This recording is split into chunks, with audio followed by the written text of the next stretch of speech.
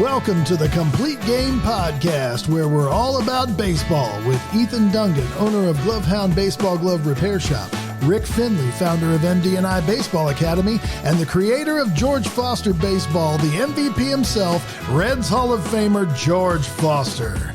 I'm your host, Greg Dungan. Now let's talk baseball. So today we're talking about base running. We're calling it the art of the steal. And we're going to be talking all about different aspects of base running and how we teach that and things like that. So let's go ahead and get started. We're going to start off with our Name 5. Now, because we have had much controversy about the way Name 5 works, okay, we're going to do it differently today. And each person names one as we go around the table. I knew that. See, that way they don't take all your stuff. No, but if you group it, then there's more than one. Yeah. There you go. Perfect. Now we're working as a team. Not calling any names, Rick. There you go. So, all right. So, Ethan, why don't you get started, and you can go and start us off with the first. The question is, name 5 common base running mistakes that young players make. All right. My number 1 is not utilizing the pop-up slide. Oh, okay. That's a good one. Because it's something that you see it all the time at the major league level, but it takes some skill, and it's not something you're going to do naturally as a young kid. You're just going to think to slide and stick and stay, but that doesn't allow you the opportunity to take extra bases. So not utilizing the pop-up slide is it's not a huge mistake, but it's a small one that makes a big difference that I see all the time at the youth level. Very good. Good. Let's go back the other way. So, George, why don't you go next? Oh, we're going counterclockwise. So I may do it differently every No, we're time. going, You never know. No, we're going clockwise. Yeah, okay. They're trying to protect me for taking all the answers. Yeah. We're going to go back to Ethan after Playing me. defense. No, but always been a proponent of the pop-up slide. And I don't really like the diving head first. Some guys get away with it, but when we play, if you slid in with head first, you're going to get stepped on. Your hands get stepped on, get kneed in the face. And I like the pop-up slide prevent a lot of injuries.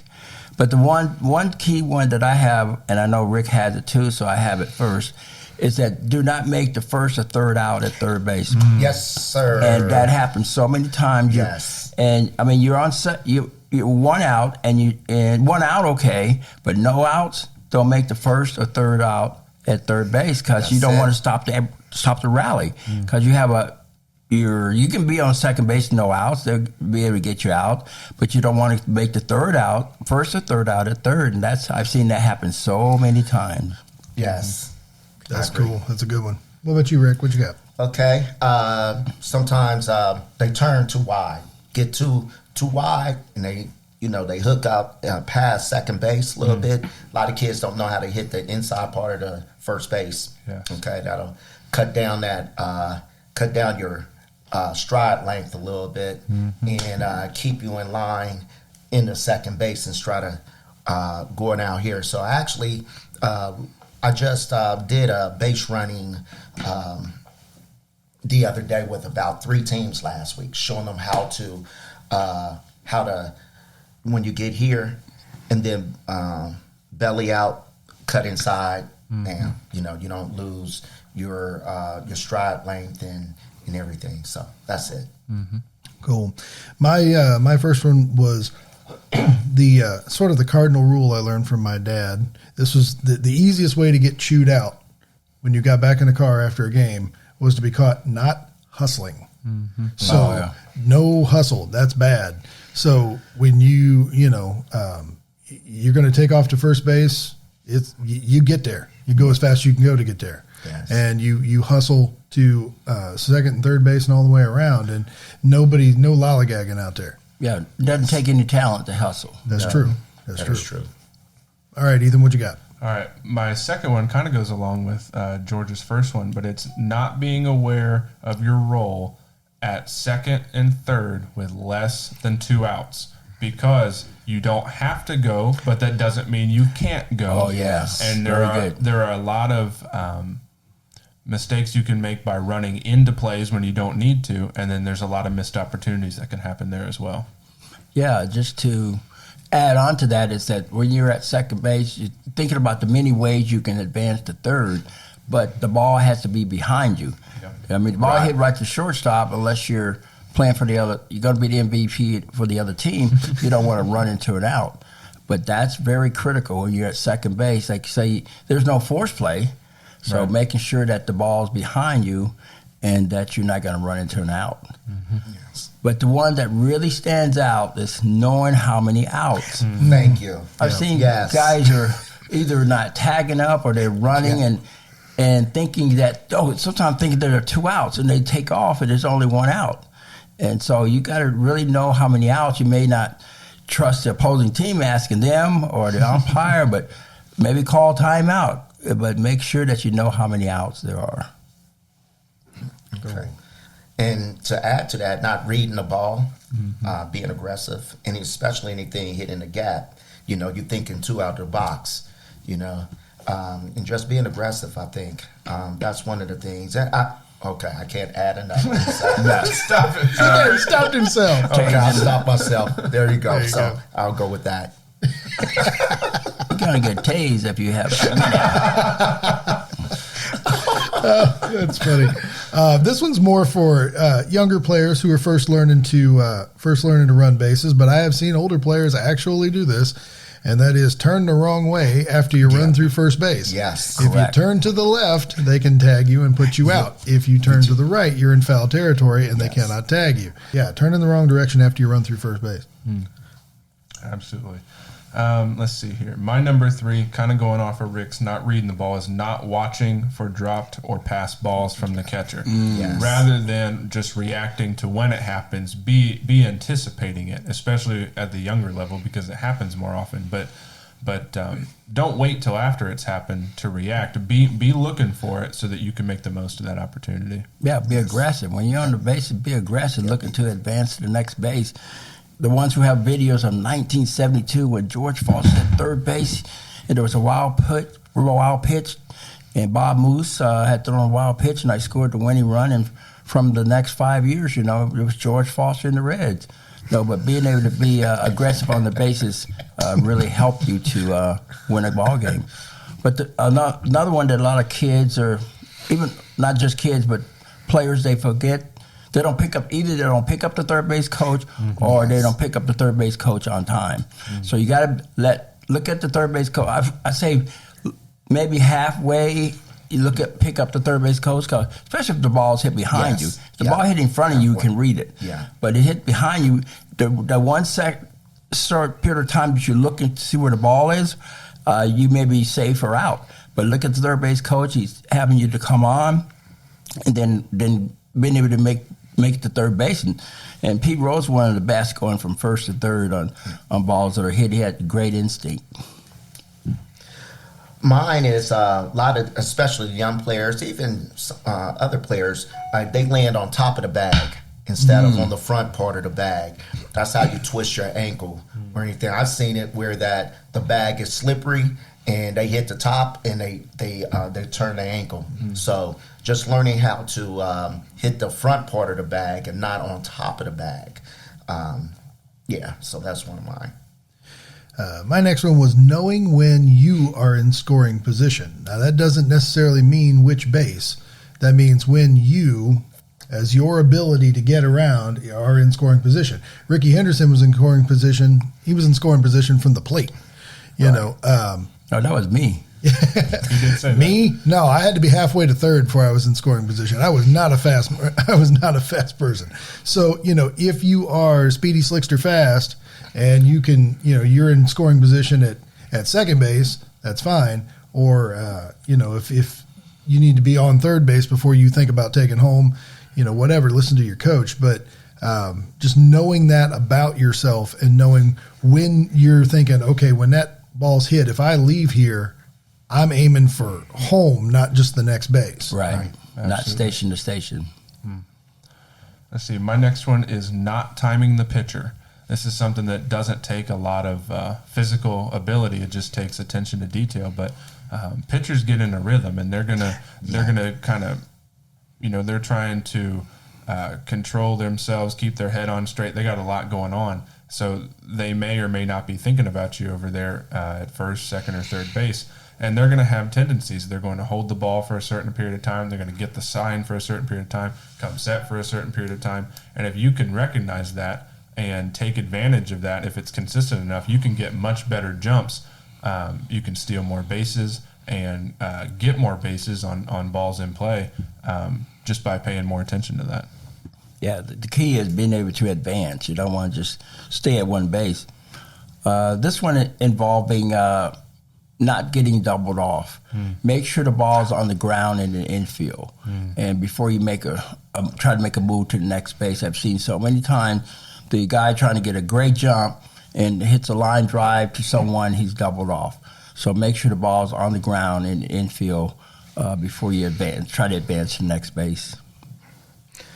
And my last one is knowing how to tag up. Oh yeah, that's a good one. It's getting your chest to the outfield, getting your head back around, especially if you're at second base. Especially Bermuda triangles. And Bermuda triangles are, say for instance, first baseman, right fielder, second baseman. They all going for the ball. So if you're at second base, knowing that the ball, depending on how far the ball is going, you should be able to get back to the bag, tag up in advance. Just knowing those kind of things. Just tag up. That's a good one. I had knowing the hitter behind you. So you may be in a situation where you're playing a tournament or you're playing games where the lineup changes frequently and it's not always the same guy behind you. And so knowing that, okay, this guy behind me hits a lot of fly balls, I got to really be paying attention, make sure I'm tagging up, make sure I don't get doubled.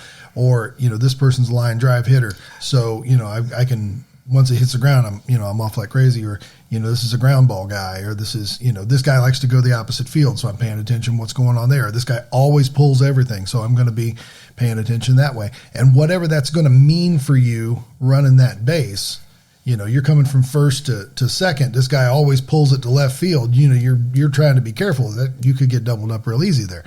So, or at least, out there. So knowing what the guy behind you has a tendency to do can help you out when you're running base. I'll throw a mini one in off of that. If you're at third base and you got a right-handed hitter, you got to get into foul territory. Make sure, because if that ball hits you, inferior, you're out. You'll end up being out. So, and that can come into play.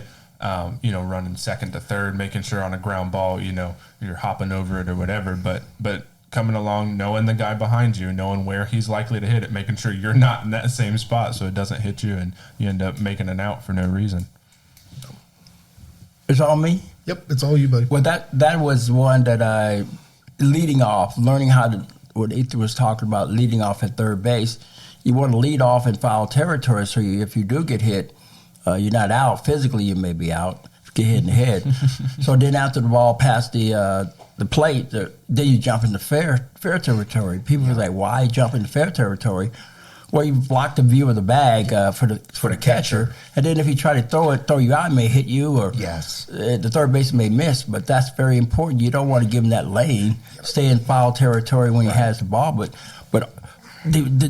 when I started my first year in pro baseball in 1968, making sure that you watch the throw back to the pitcher. There are times that the catcher is upset or he throws over the pitcher's head, and you can advance.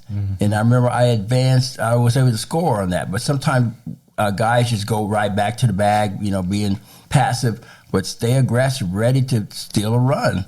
And that's an edge for you and for the team. And I add to that, always watch how the catcher throws back to the pitcher. Lob it back, or he drops to a knee, and he just pick up anything along those lines.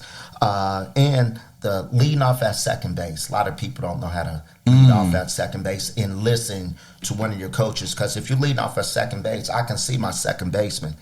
I have to look around to see what the shortstop is before I shorten up and getting back into the baseline. So learning how to back up and then walk in to your leadoff, and then you can see how to advance from there. Yeah. Cool. The last one I had was be ready for the bunt. Like, especially if your third base coach is calling signs to the batter. Yes. Right. You know, if you're in a league where you're playing up a little higher and you got a little more, freedom to do what you're going to do at the plate, that's one thing. But if your batter's constantly looking at third base coach and he's giving him signs, swing away or whatever, then you don't know when that third base coach is going to call bunt. Yeah. And if he does, you need to be ready and know what you're going to do when that happens, so that it doesn't be like, oh goodness, there's a bunt. Now what do I do? And you get that moment of hesitation could cost you, and you could be out. Yes, absolutely. I'll throw one more quick one in there. Is when you have multiple runners on base and one of them and the lead runner gets into a pickle, having the runner behind, making sure he's getting as far as he can while while the lead runner stays in that pickle. And I can remember watching, kind of funny base running videos on YouTube in the majors, and there would be so many times where two guys would stand on one base, and it took me forever to understand why that happened. And it's because the lead guy, especially if he wasn't fast, knew he probably wasn't going to get out of it. So his job is to buy as much time as possible to try to get the guy behind to the base where he was, so that you try to minimize the amount of damage caused by the mental error of getting into the pickle in the first place. No, that was very well put, because you lose the game or give up outs by doing that. But you got to, once again, be paid attention, be alert out there, knowing. Oh yeah, we talked about who's behind you, for who's hitting, know who's running. Yeah, it's true. If I have a guy that said Tony Perez who's in front of me, I know that I'm going to make sure he gets to his base. No reason to run him down. Right. But the best one I had seen, going back to Willie Mays and Bobby Bonds, that's where you could knock the catcher down. Sorry, Ethan. So Willie Mays is the lead runner, so he goes in and knock the catcher down. He's safe, so that now it clears the way for Bonds to score. But that was in the days that you can make contact. My last one is just it's piggyback on what Greg had said before about running through first, but make sure you run through the bag, not just stop at the bag. Run through the bag like a track runner, and go from there and stay inside the foul line, but run through the bag. And since I love to suicide and squeeze a lot, my players have to look at me to get signs, especially on third or second. Also, delayed steal. I don't think a lot of people know how to do a delayed steal. I love delayed steal, man. And because then you're trying to get that the guy on first into a pickle to score the run. And if he doesn't throw, then that guy pick it up and get on the second base. Then we got guys on second and third. So delayed steal. Yeah, but being aggressive out there. Yes. Can't be passive out there. Be aggressive. Gotta be aggressive. Yeah, I like what you said. It's not station to station. Yeah, that's true. All the way through.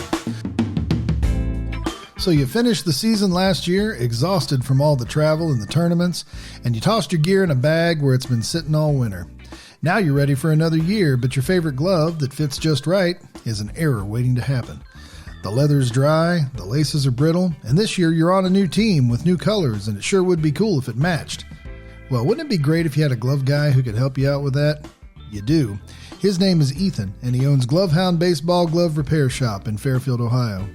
Just contact him at glovehound.com and upload pictures of your glove.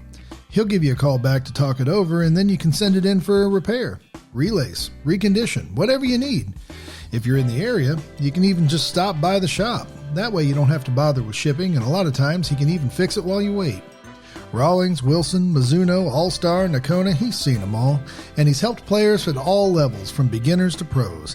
Last year he worked on a glove that Jose Trevino used in the World Series, and he can help you too. You can find Glovehound on Google, Facebook, Instagram, YouTube, and on the web at glovehound.com.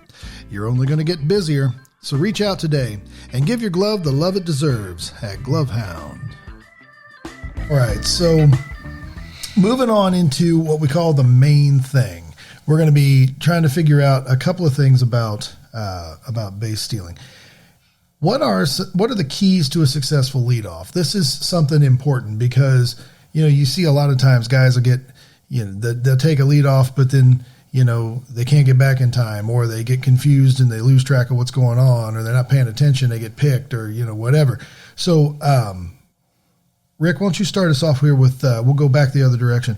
What are the keys in your mind to a successful leadoff? Well, second base, I think I just mentioned it, the way you lead off. Okay, You got to look at your second, check and see where your second and shortstop is. You back up, and then you walk into your lead. Also, you're listening to your coach. He might say shorten up, shortstop behind you, or something like that. So you got to be mindful of that also. Yeah, it was. Like I said, once again, you got to be alert when you're on the bases, because your run can be very important. But how you lead off, a lot of times, a lot of guys lead off from second base, they're leading off towards shortstop, and so they create more room, that too much more area to run, but try to be more in the straight line. Yes. But that's just like going from home to first, and you're going to go to second base. You want to make a banana turn or veer out. Same thing going to third base, and as we said earlier, do not assume you're going to stop at third. Mm-hmm. Be aggressive round and tag the inside part of the bag, and watching the third base coach if he's going to tell you to slide or stay up or stay there. But being alert. Just don't be out there feeling that, okay, once someone hit home runs, I don't have to run hard. But you just got to be aggressive and alert on you when you're on the base.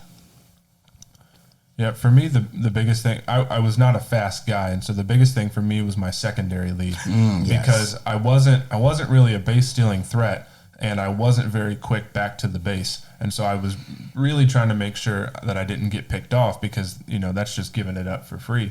But in order to still be effective, making sure I got a good secondary lead, being athletic as I was taking that secondary lead, so I have a quicker reaction when a ball is hit. But making sure I'm not standing flat-footed, when the time comes to make a decision and go.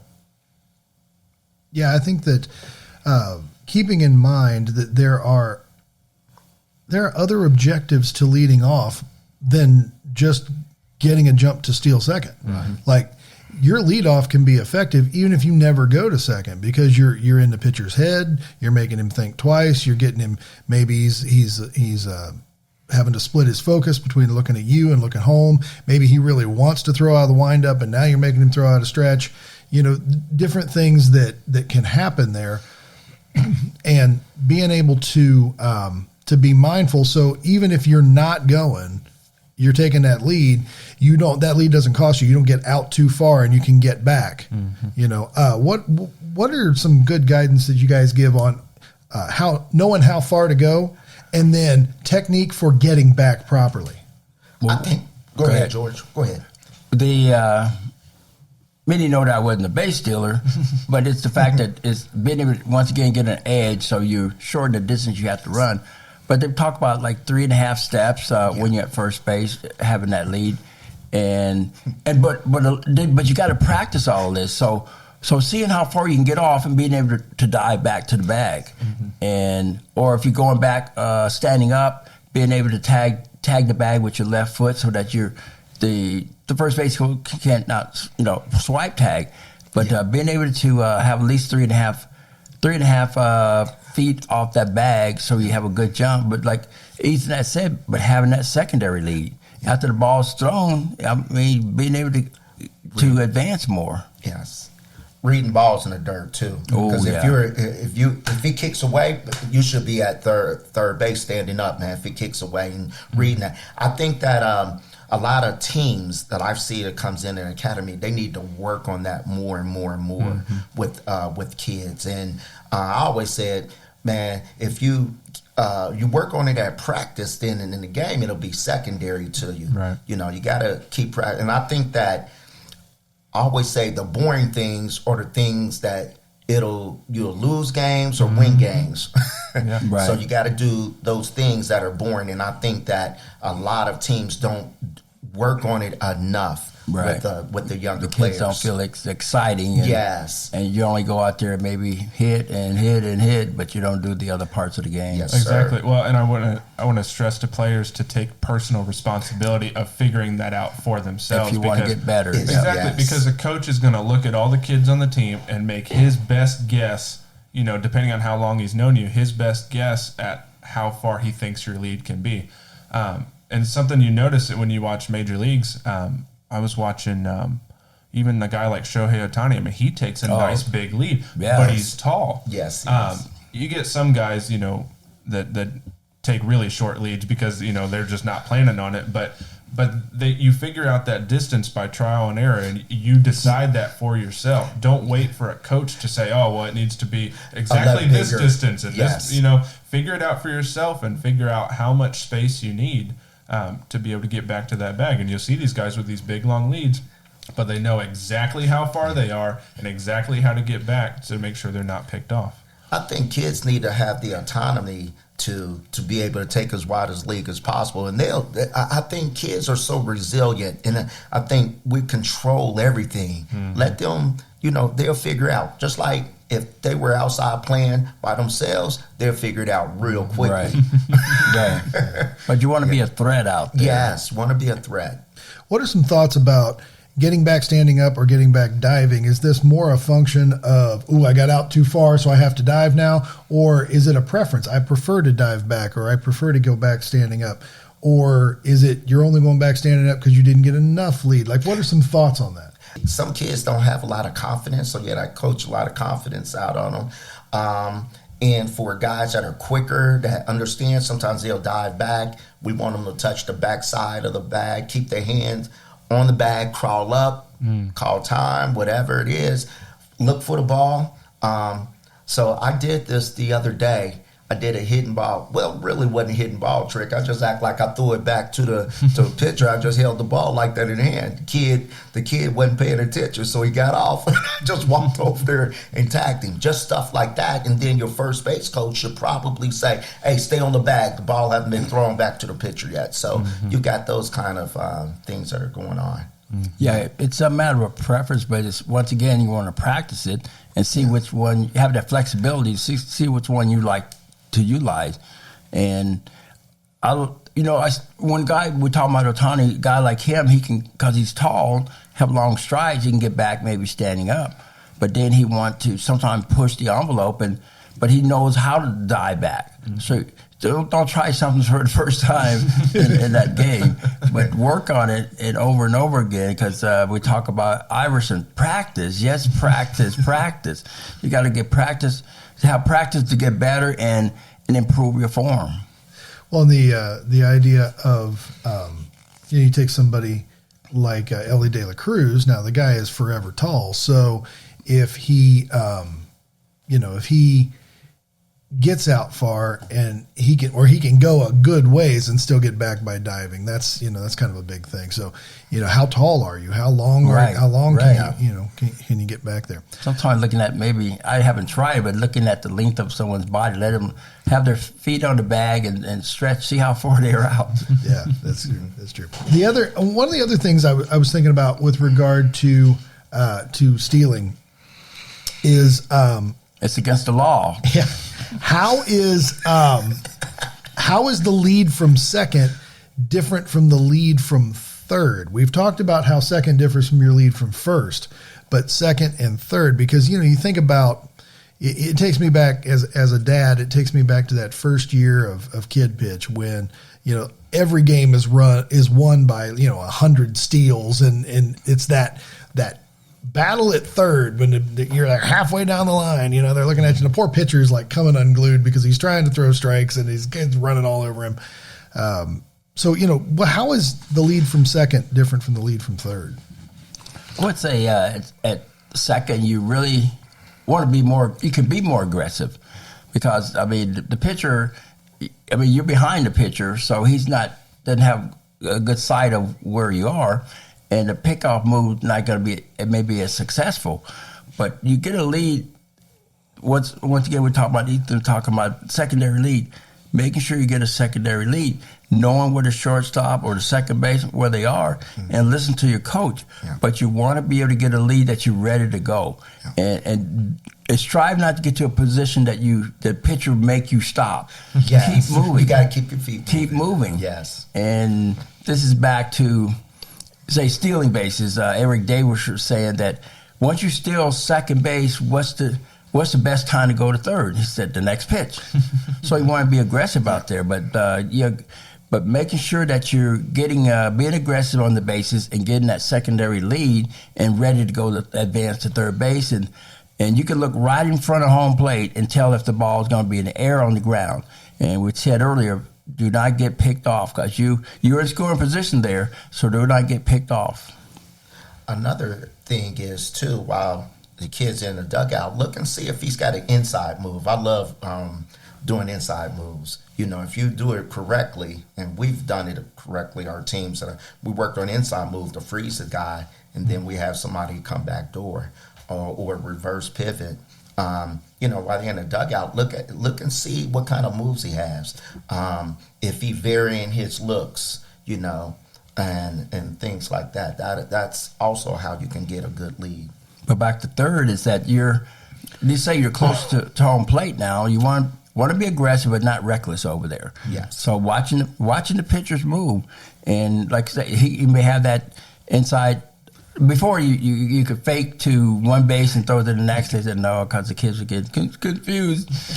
So now, but you want to make sure that you're in score. Well, you're closer to in scoring position. Do not get picked off over there. So with your peripheral vision, you can see the third base, how far he's back, and it determines how far you can get off. That's a good point. Yes, it is. But going as such, but like I say, bottom line, being aggressive but not being reckless. Oh, because at second base, you got a guy on either side of you that you got to keep track of. Yes. But at third base, especially because the pitcher doesn't want to throw it away at third base either, because that's giving it a free run. Depending on where they're going to shift, you could have a lot of space at third base, and then you might as well be as far as you can, because there's nobody to throw to. You just got to be cognizant of how fast that third baseman might come back to the base. The other thing is, we talked about, pass balls at home, but especially when you're in younger leagues, watch for that pass ball to the pitcher. That catcher doesn't always get it on the money.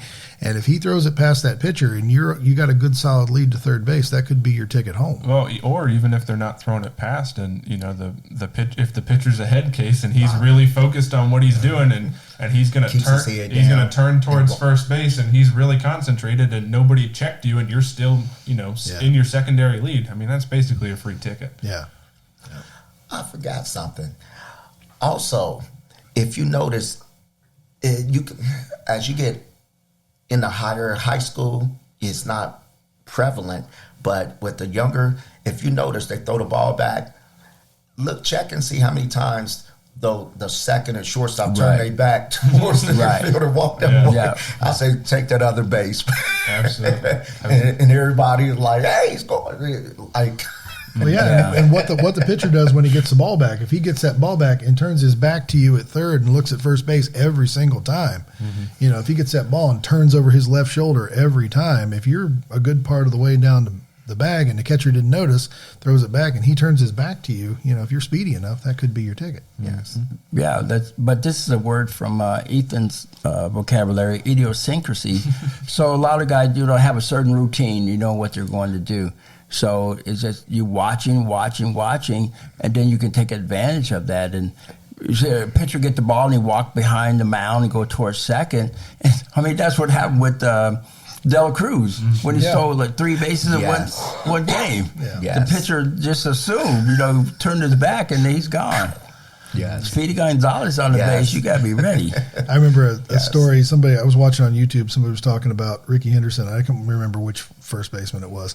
His nickname for him was Gas. And he would get to first base, he'd say, "Are you going, Gas?" And he'd say, "I'm going. I'm in flames. So there wasn't any question what he was going to do. So, it can be one of those. Also, if you got a good rally going, man, and you're scoring and you're stealing and if they can't stop the insanity enough to get everybody's head on straight, it's important to everybody's watching what's going on, watching your coach, not getting caught up in the excitement of, hey, somebody scored, and then, I should have been running, and then you take off running. So staying engaged in that, because, we've said this 100 times, but it's true, especially at the younger levels. The team that makes fewer mistakes wins the ball game. It's rare that it's the team that does the heroic thing offensively or defensively, and it's more likely it's the team that just made fewer mistakes and they win.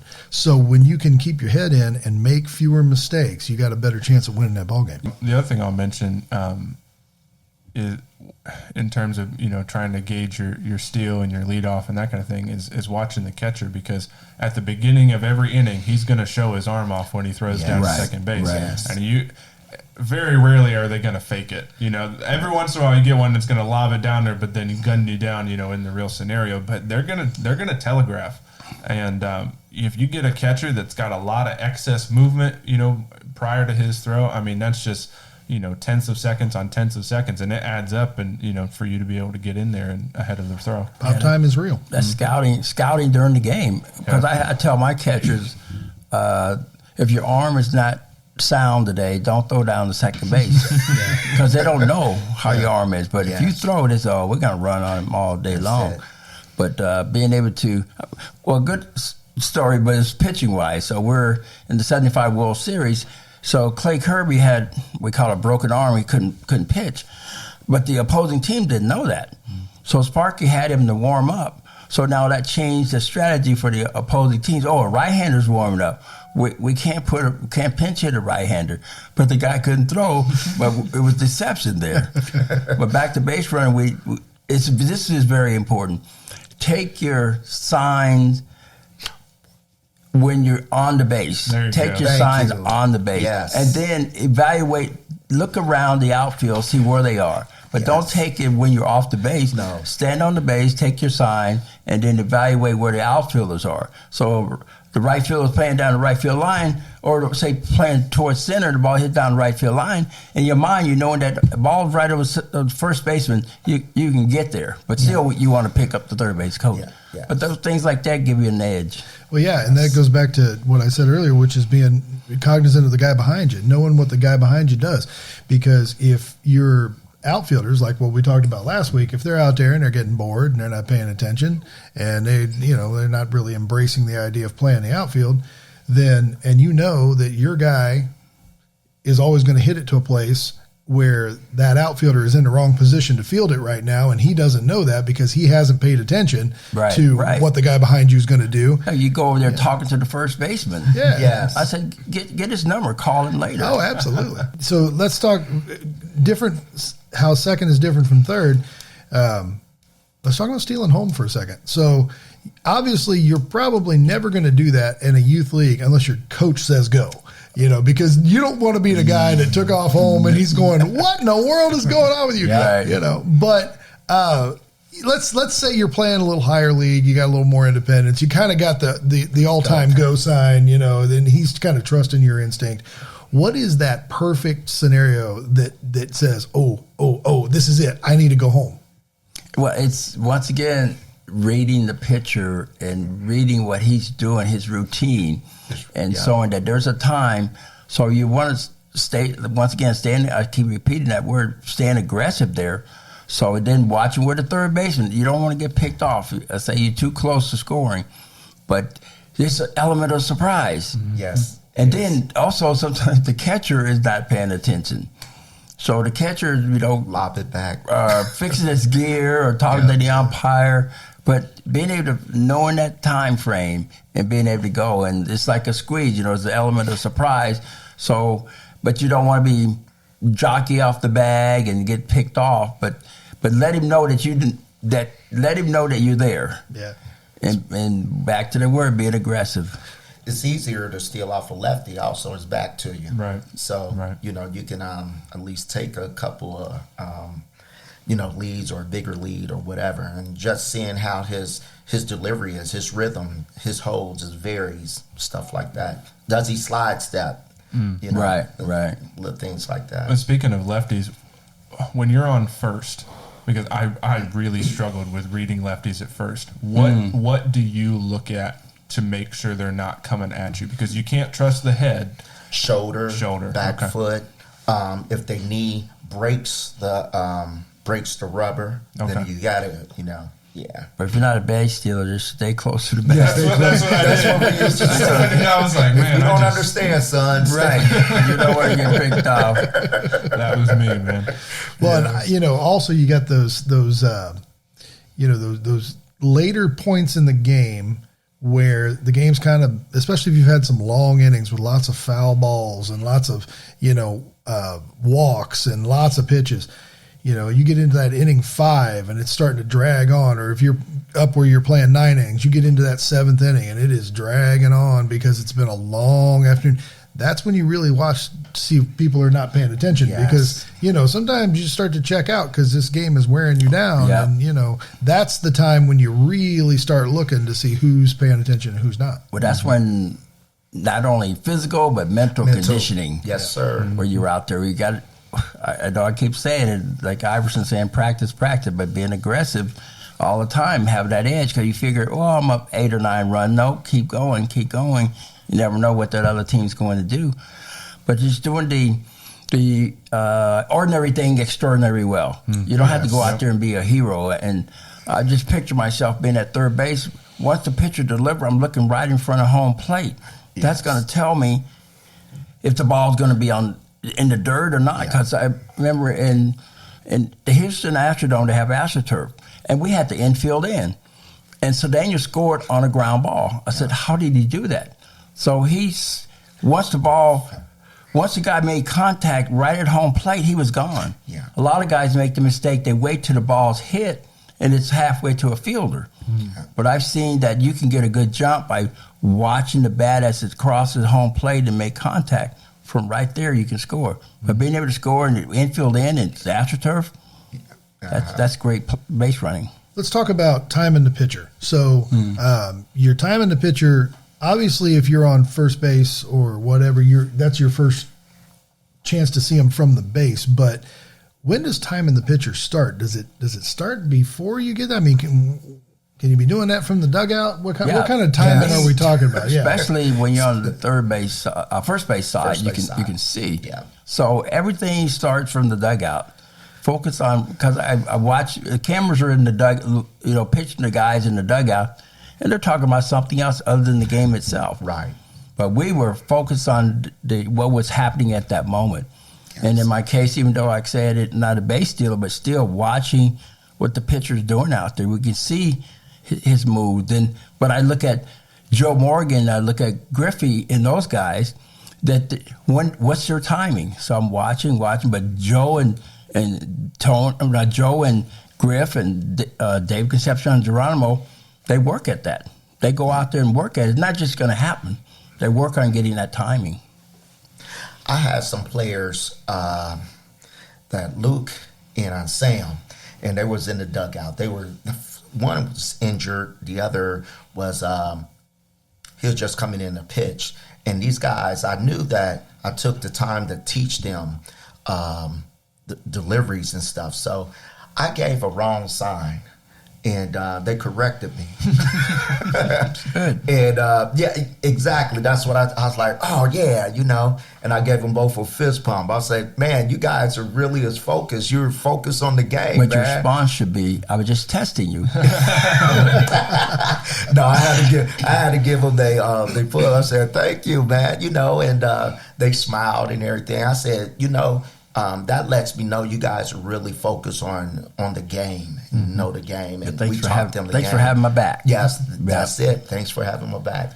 But each pitcher has their own cadence, and it's going to be different for everybody. Do. But give it the old 1 Mississippi, 2 Mississippi on everything they do. Count how long they're walking around the mound. Count how long from once they step on the rubber to once they come set. Count how long they come set, and keep track of that, and then you'll start to identify patterns. And that's what's going to give you the edge. And that doesn't take any extra physical ability. No. That is all mental and can Yes. make a massive difference. That's good Yes. because a lot of guys who don't. Johnny Bench didn't have great speed, but he did the delay steal a lot.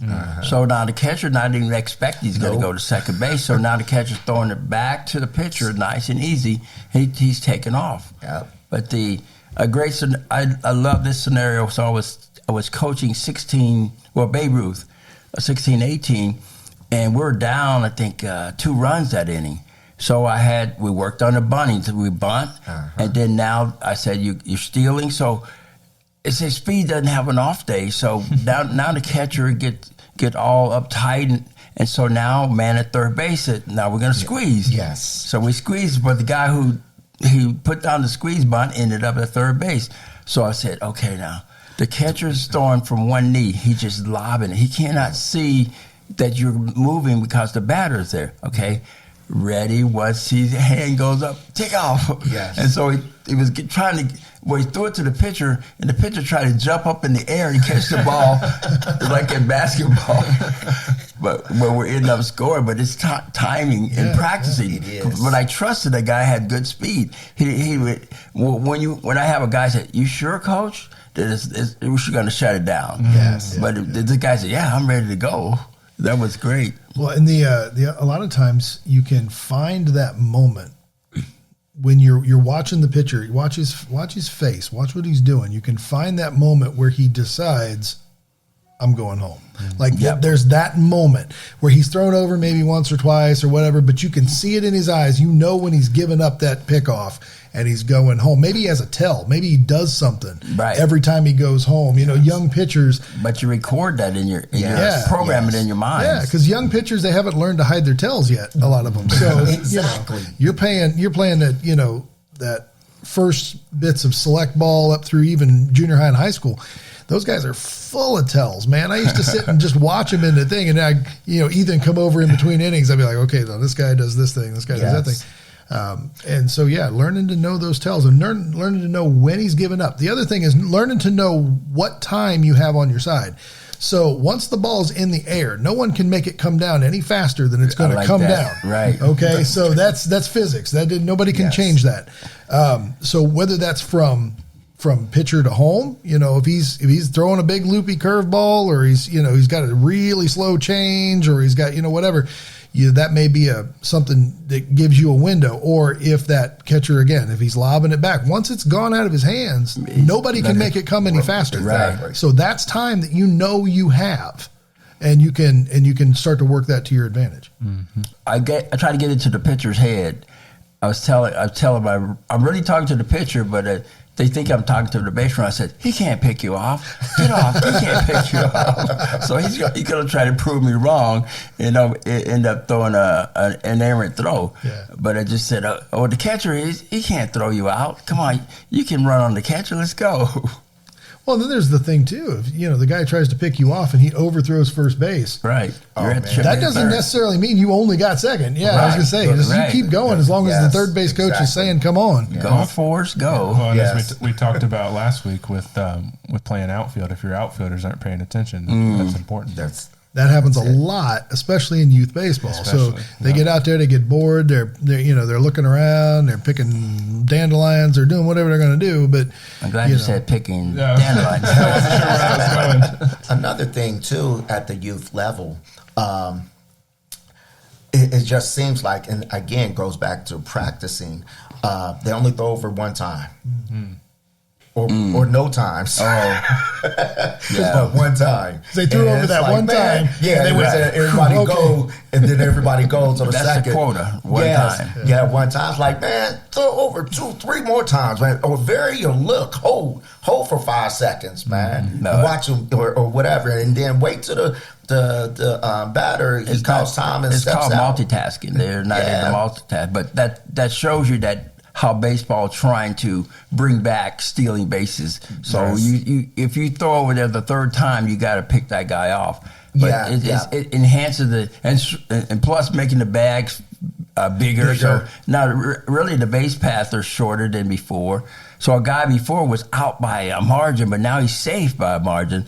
But that now I remember in the World Series, Blue Moon Odom, he kept throwing the first, and Joe Morgan, those guys are trying to time it.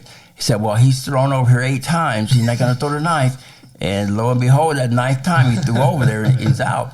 But it cuts down the base stealing.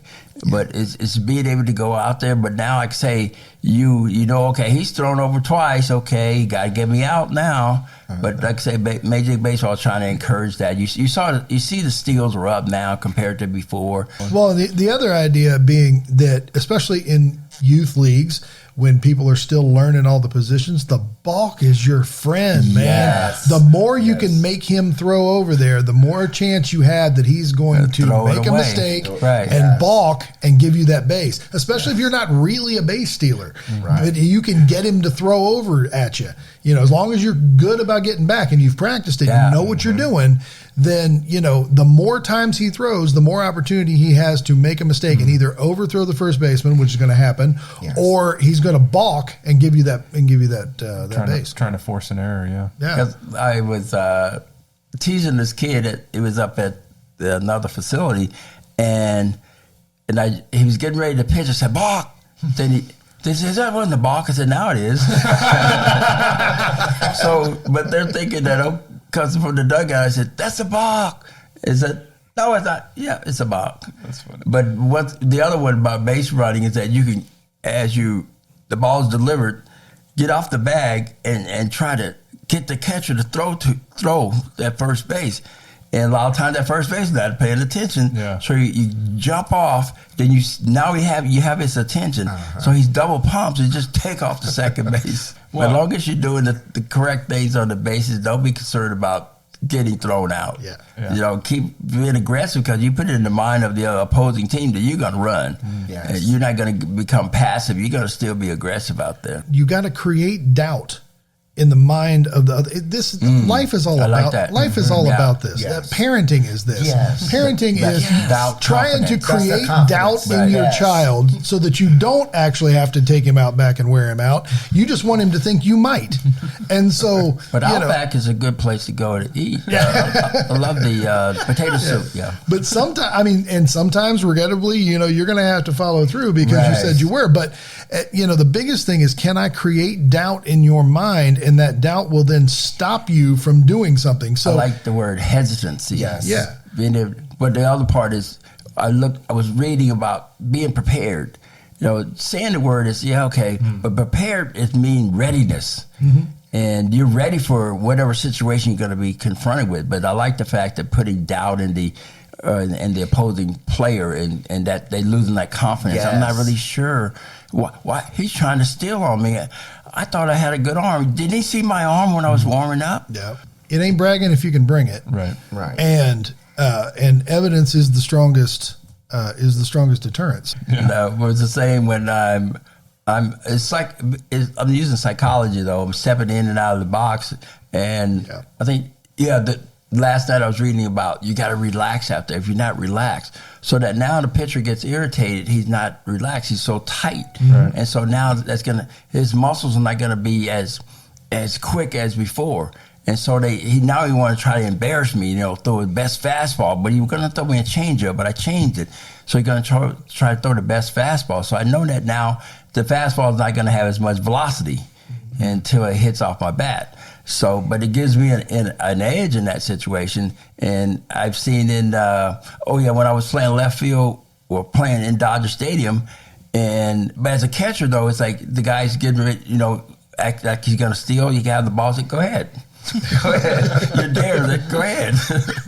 Well, but another thing is that it brings us back to what we've talked about with causing the pitcher to throw certain pitches. If you seem like you're a threat, even if you're not, but if you can make the pitcher think you're a threat, that batter is not going to get nearly as many breaking balls as he would if there was nobody on base. So there's an element as a base runner that goes beyond what you're doing in your own role in terms of trying to get as many bases as you can. You're affecting what's going on at the plate, whether you realize it or not. That's the word I got to say. Once you realize what you're doing, you're creating havoc out there. You're changing situations to your favor. Exactly. And once again, we use the word doubt or hesitancy, and that you hesitate just a little bit, it makes a difference of being safer out. Mm-hmm. Also, while you're at second base, too, start to see the signs. Pick up signs. Pick up signs a little bit. See if they go 3 signs or flash a couple signs to throw you off and stuff, and just pick up little Yeah, one of the signs and basics, stuff. though, is that the catcher's moving in and moving out. Yes, And I knew that Dave Concepcion, when you ever meet him, you're going to ask him about the grand slam he put me in the situation to get. So he's at second base. So if the guy's going to throw a curveball, you're putting your hand pointing back to second base. So he's going to throw a fastball, you can point to third. So now the guy, I knew it was going to be a fastball. I end up hitting a grand slam. But yeah, and so, anytime you can create that doubt. Okay, so let's talk about successful sliding real quick here. So what is the secret to a successful slide at second or third base? And when I'm talking about successful, I mean you got there, you're safe, and you got up and you stayed on the base and they didn't get you out. So what are the secrets to making that happen? Well, pay the guy off, call timeout. Now that's a head first slide. George liked the pop-up slide. Yeah, Ethan and I like the pop-ups. I like head first slide for me, just getting there closer and, learning what part of the bag. And you can tell what's part of the bag that you want to go to depending on the person that's covering the bag, where he's at, where the ball, it'll tell you where the ball's going to, how the throw's going to be. So, well, and head first, you can kind of decide a little bit more than going feet. A little bit. You got that oven mitt now, so. Yeah, I was going to say, everybody better be You sliding. can put that on your foot now. Did you know that? Yeah. And plus you have all your valuables in there, and you can pay the guy off like that. But the one that I would recommend, I mean, people do, not as much now, it's a hook slide. Yeah. And but things have changed, like in football. Things are a little soft now, so they said, okay, don't dive, don't slide head first in the home plate. Do not hook slide into home plate. Right. The Dodgers were known, they would have 1 foot step on to block the one, so the one leg, and then you take the glove and hit the other one. So now you're spread eagle out there. And so you may have had a deep voice before. They're like, I'm okay.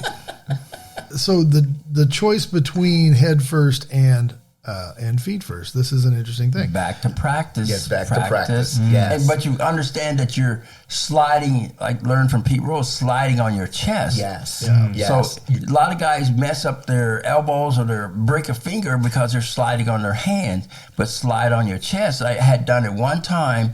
I think the game was going back to L.A. and family and friends are watching, so I dove into third base and head first. That was the first time and the last time I had done that.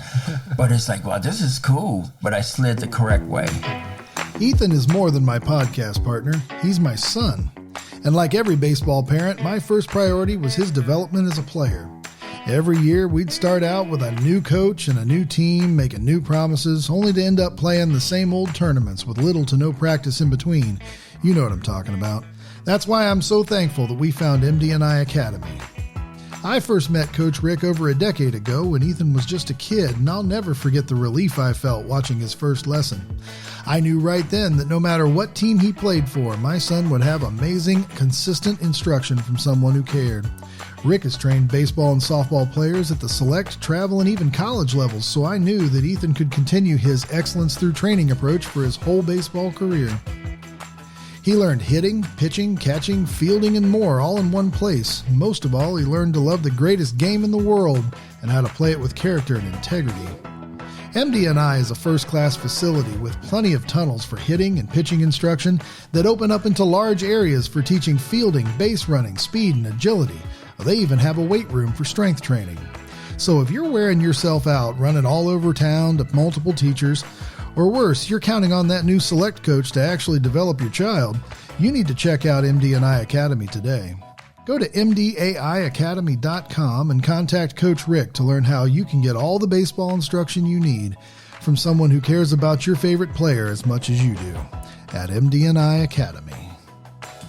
One of the things I want to kind of move on to our one of our favorite segments here called Then versus Now. And base running is one of those things that has changed quite a bit in the game with the new rules and over the years. And so, George, you go back further than all of us with playing. What are some big differences between base running back when you came up and base running now?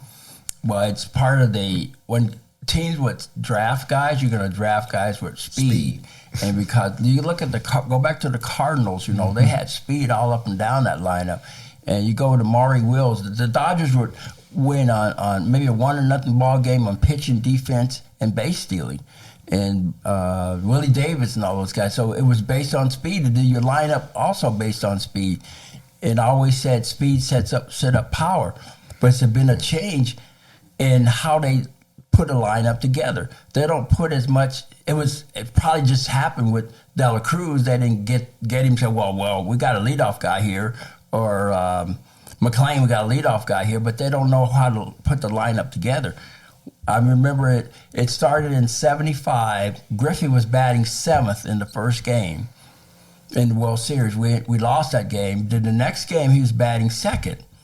So now you have Morgan and Griffey, speedster, and now because Griffey, his talent was wasted batting 7th. But now he's instrumental. Now he gets on base.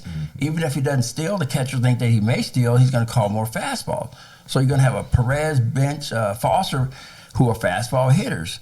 So it makes a big difference. But I don't think they've been draft as many guys who have speed. They're looking for power now and on base percentage. Yes. I mean, you win a game by scoring runs and not just on base percentage. But if that on base percentage is a guy who has speed, he's actually at second base once he steals a bag. So the mindset is starting to change. It's just like some of these teams, they don't like when they have the ghost run at second, no out, they don't bunt. So certain things they don't work on today as they had done before, and it's prevalent. So that now they say, well, we're not going to steal you, so you can't steal. So it's like an equalizer. But I just know that's what stood out when I played the Cardinals. I got to make sure I go have yoga and get stretched because those guys are going to be running all the time. And you got to be ready. Don't want to pull a muscle while you're running for a ball. You can't call a timeout. The play's still going. But it was predicated on speed. When I was coaching, I looked for guys who had good speed, running speed, because that's going to change the game. Well, and that's the thing. I mean, a lot of people don't maybe not know about Griffey was that, I mean, his best prospect was as a football player or a track guy. Oh, you go to Denora, he has all the records in football, basketball. Track and field. Talking about an athlete. Yeah. I felt proud that, this is my roommate here. I read a thing one time that said that there were times when, I'd love to ask him this someday, but that there were times when he would be on the field, come off the field on a baseball game, run up the hill, and go participate in a track event, and come back down and get back on the field and play baseball. It was that athletic, though. Yeah. Me being in travel baseball for so long, that was one of our prerequisites is to get kids with athleticism and speed and track. So our guys, whereas we were aggressive, we could hit and we could run. And we did a lot of sprint work with our players. We did a lot. And we had, so a lot of, I don't know if you guys know this, but Jacob May that played with my son Ricky, they scored, just those two, they scored 100 runs in a season. I knew that. In high school. Because this guy told me about that. It's from MD&I, he told me. Yes, they scored 100 runs in a season. It hasn't been broken since, it's about 18 years, almost 17 years. But based on Ricky getting on base, he scored 54 runs, Jacob 46. But being, having that athleticism, speed. I do want to touch on that real quick, though, because a lot of people, when they think running, for me, the first thing I think is distance, just, without, just kind of subconsciously. But when you talk about sprint work specifically, when you're running the bases, the most you're really going to run is maybe first to home, and that's really not that long of a distance, and that doesn't happen all the time. That's kind of a rare scenario, but making sure that you can you've got good sprint work for that first to second, that second to third. They're shorter distances. Those are 60 yards that they're talking about. But as a younger, so what I do is I break it down to, I might go 10 and work on those kids that really that are starting off. We'll go 10, 20, 30, and then we'll run those sprints. So sometimes if I can't get on the field on a track to run, what I would do is we would run the curves on the infield, and I'll break it down on 30. So people don't know how to use that, but I will run the curves. I have video of our guys running the curves there, so that'll help them with their sprint, their stride length, stride frequency, and stuff. But there we are. It's the stride length, and a guy who's not as fast, you can be quicker, increasing their stride. A lot of kids do not know how to run, right? But it's like in martial arts, you want to get your knees waist high, so you're gonna have a longer stride. Yes, sir. But a lot of them just little choppy step, pity pat. like piranhas are there. I don't want to step on the piranhas. Yes. Let's talk about strategic base running, like breaking up double plays. Oh. How was that different than now? I mean, I remember watching guys would go in with the spikes. They'd be running with their arms up in the air and all kind of crazy stuff. You have to learn to be talking about athletic. Ozzie Smith's probably the best one. It's like one of these cartoons. Whoop. So a guy tried to go in and get him, but he had great jumping ability, so he can get up high. But some of these guys, they stay on the bag, and I've seen it first class, and you could hear the sound. So the guy slid in. He put his right foot behind the guy's left foot as he stepped on the bag, and he took his left knee and pushed against his knee. You hear that crack. Ooh. But the one that I saw, I said, "Is this really happen?" The guy ran and kicked the guy in the chest. I said, "Is that allowed?" I mean, I thought this is not wrestling. This is baseball, but it was allowed. But you're in trouble. You're in the DMZ zone when you're at second base trying to turn a double play, because these guys will come at you. But today's game, you got to slide right into the bag. Slide into the bag. You have a lane over there. And same as I know the Posey rule, you got a lane. So they're getting, I know they want to prevent a lot of injuries, but they're getting really soft out there. It's like, that guy, Albert Bell ran it, the second baseman tried to tag him. Yeah. So he's game. So he gave him an elbow, and the guy looked at, what are you doing? So you got the ball, and you're trying to tag me. But I got a lot of times that when at first I was trying to be nice at the time. So I'm running to first base, and the first baseman had the ball.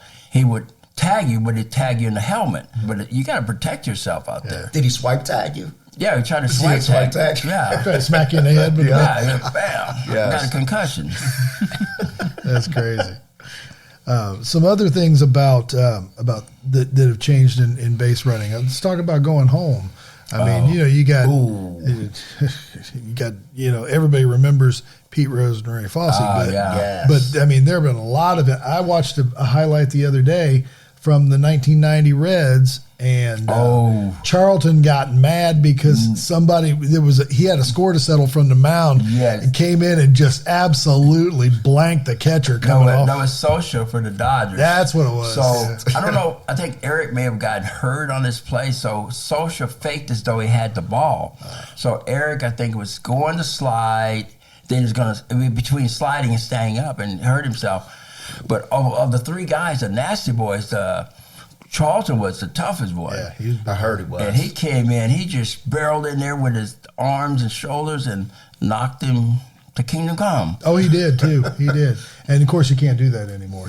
No. The strategy. What is the best strategy current that you would teach for breaking up double plays and for coming in home when you're coming in hot? Well, just make sure that get in the way of the fielder. So you got to slide into the bag. Yeah, you got to slide to the bag. But making sure that you stay down, because there are times, once again, when we were playing, you coming into second base, they're not concerned if they get a double play. They want to hit you in the head. So they come down real low. So you have to get low, like during the limbo, get real low, because they would come real low and try to hit you in your head. Yeah. And so you can get out of the way. So there are different ways they can get back at a team by doing it such. But now you can't be that aggressive. Do none of that. No. But just just playing it safe, get down and slide into the bag and prevent you from getting hit. Some guys would go out towards right field. They feel like, oh, these guys they're wuss. But if you know that you're definitely out, get out of the way. Yeah, home, since you can't block. So some guys I've seen, even at the youth level, go head first, So I guess since they can't block, then you can't use your shin guards. Because, boy, you come across with your shin guards, boy, I probably recommend practicing the hook slide. The hook slide. At least it's save you from breaking a finger or get a finger in your eye or things. You can easily break some. I remember, you can break a finger or in your elbow, but with the feet, you're pretty safe. Is safe. But practice. I have these kids. We'll have a sliding pad. That's one of the things, bunting and sliding. Yeah. Because I having someone to slide, and they said, I can't slide. I said, that's why we're working at it. Yeah. So here's a pad that help you to slide. Then after a while, this is fun. Yes, they do. I have a mat in the academy, and guys just slide on it. They slide on it or they'll dive on it. Either one. Diving plays or sliding plays. They'll learn. But both. A lot of guys do not will try to steal base because they don't know how to slide. Yeah. So that limit their skill level or their ability. Yeah. Well, we go back to, again, limiting the mistakes and not sliding when you should is a big one. And you see that because kids are uncertain about sliding, and you go, oh man, if he had just slid there, he would have been safe. But we're assumed, if you don't go over it, you don't know if the kid can slide or not. Right. Yes. So we're assumed that's being taught or the kid knows. It's like same as bunting. You assume that they know, but if you work at it now, it's you're accountable now. Yeah. But before I said the guy went in feet first, he's out. And instead of sliding, I think way with the Oakland A's and the Yankees when one of the Giambi brothers, he didn't slide at home plate. And to this day, I think that he was safe, but he didn't slide. Right. So the umpire called him out. Now he put that. There's doubt now. Did he get tagged or what? But if he would have slid, there's a good chance he's safe. Let's talk about different surfaces here real quick before we wrap up. George, you played kind of like right in the middle of your career was when they really started going with the turf and all that. So I remember, that was a big thing about Riverfront is it was, it had turf. And so some thoughts about the differences between sliding on dirt, sliding on turf, and how to, acclimate yourself.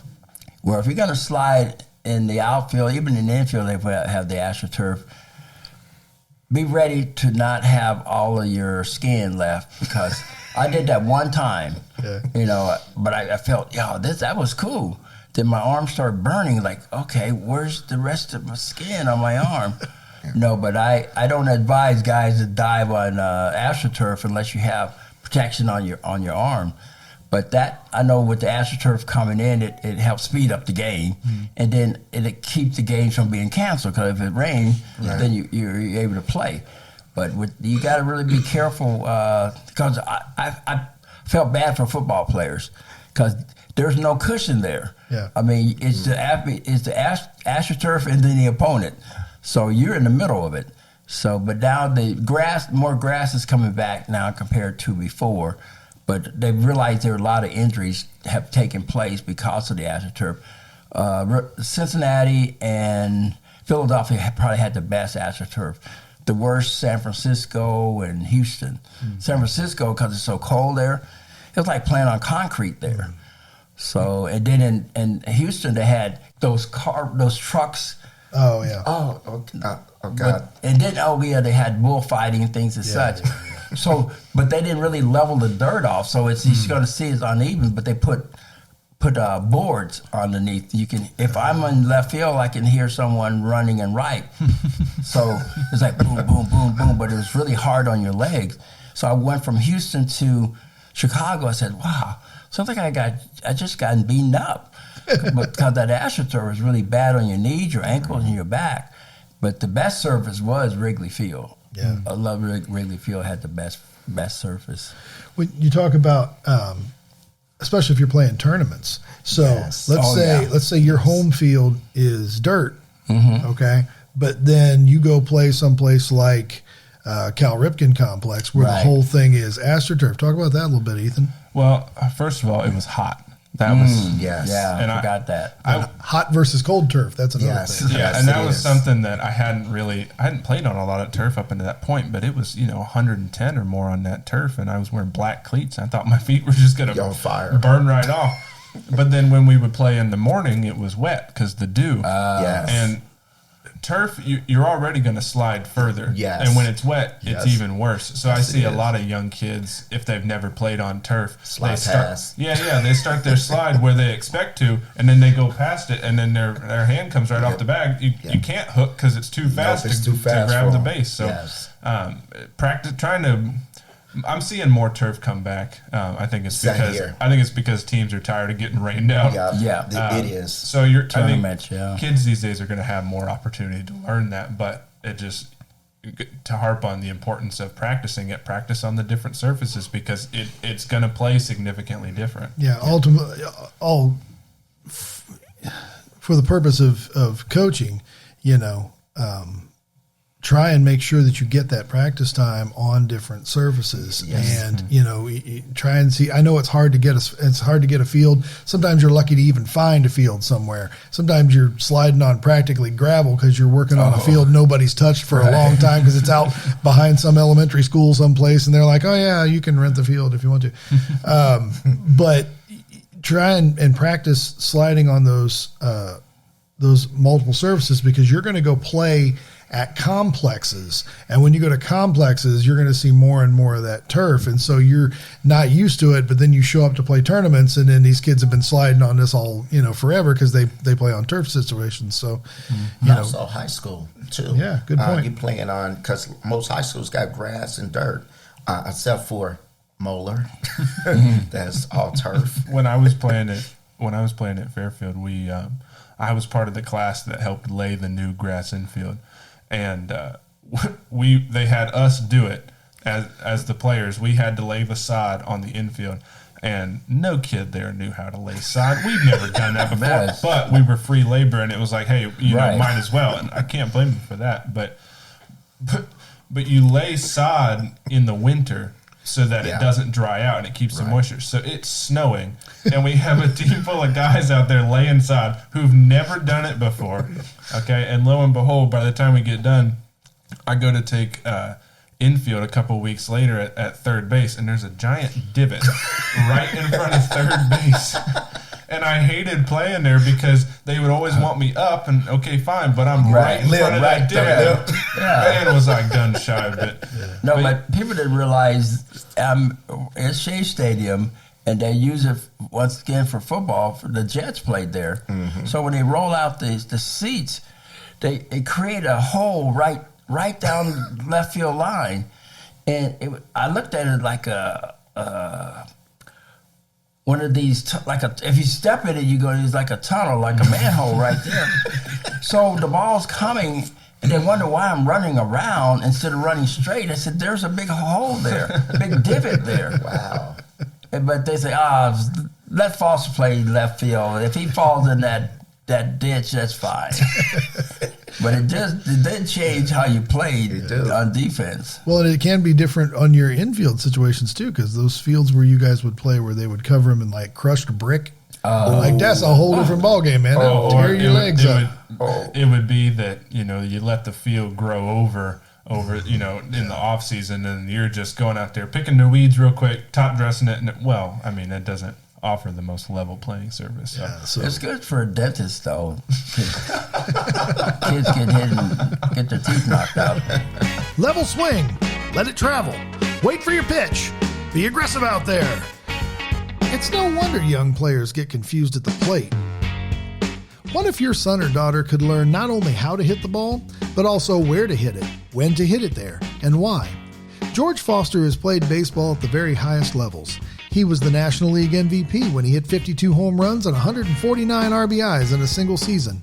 He led the major leagues in home runs twice and RBIs 3 times. He was a 5-time All-Star, a Silver Slugger, and he helped the Reds win back-to-back World Series. During his 15-year career, George developed a unique approach to hitting that made him one of the greatest hitters of all time, and now your favorite player can learn it too. That's right, baseball legend George Foster is currently accepting new students. Learn the psychology of hitting, situational hitting, hitting for power, bunting, and more. Every team needs players who can hit, and George explains the game in a way that's easy to understand and exciting to learn. So check out GeorgeFosterBaseball.com to learn how you can apply for private lessons with a member of the Cincinnati Reds Hall of Fame. Spots are limited, and the roster will fill up fast, so don't wait. Apply at GeorgeFosterBaseball.com. All right, so fellas, that was I'm going to kind of wrap us up here, but that was a great episode. That was there's a lot more about base running to talk about than I thought. I wish I had this episode when I was playing because there's so much that you can do as a base runner to make up for the fact that you're not fast. While you're working on your sprint work, while you're trying to get stronger and faster, there is so much so many advantages you can gain mentally that don't rely on your physical ability, and I think that's really important for young kids to understand. One of the most frustrating things that I don't see enough of in the academy is people taking the time to go into the my team meeting room and utilizing that to really teach the mental part of the game to the kids. Because I think that coaches today, and I think, George, all you guys alluded on this, the baseball IQ, and you got to teach it to them. You can't assume that they know, because the generation of kids today, they don't watch baseball a lot on TV like we did, man. And to gather that information, they watching clips in ESPN or YouTube, but not a full game. Right. So I think coaches today have to go in and, or show the kids, hey, go to YouTube and just go to base running or stealing bases or whatever they need to, because that's where they're more comfortable at. And we got to start meeting kids where they're at instead of making excuses, but how we used to do it. And that's how I do it now, man, because the kids they're so resilient, man, and funny and stuff. But you got to make it fun for them to come to you. Yeah, that's what I've learned. But we have a segment about coaches.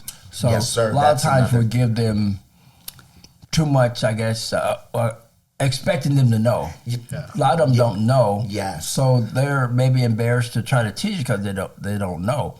And that's what really stood out for me when I was in high school. The coach would give you a readout on situational play or bunting or things as such, so you have something to read. Yes. And homework, per se, for baseball.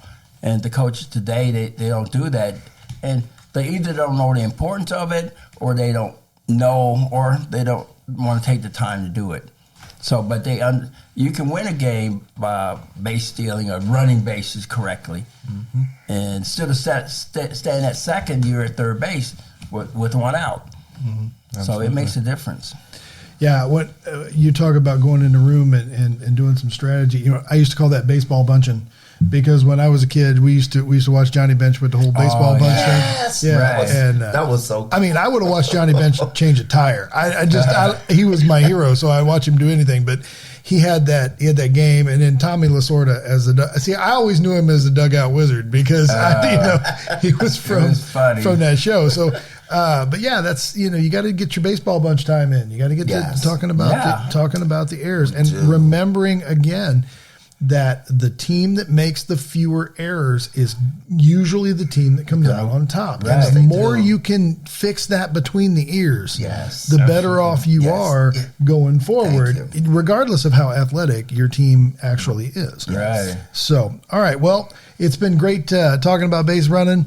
We hope you'll enjoy this. Now, this is like George said at the beginning of the podcast. This is the beginning of March, which means our first episode comes out on Wednesday. So by the time you see this, we will have had 3 or 4 of those out. But we're excited about that. We're excited that you've chosen to join us for this podcast for the season. We're going to make 12 of these in a row. And then we're going to take some time off to play baseball in the summertime, and then we'll be back in the fall with 12 more episodes. So got a lot more fun to have and a lot more things to talk about. So we hope you'll join us again on the Complete Game Podcast. We hope you've enjoyed the Complete Game Podcast, the show that's all about baseball. New episodes drop each week, so be sure to subscribe so you don't miss a thing.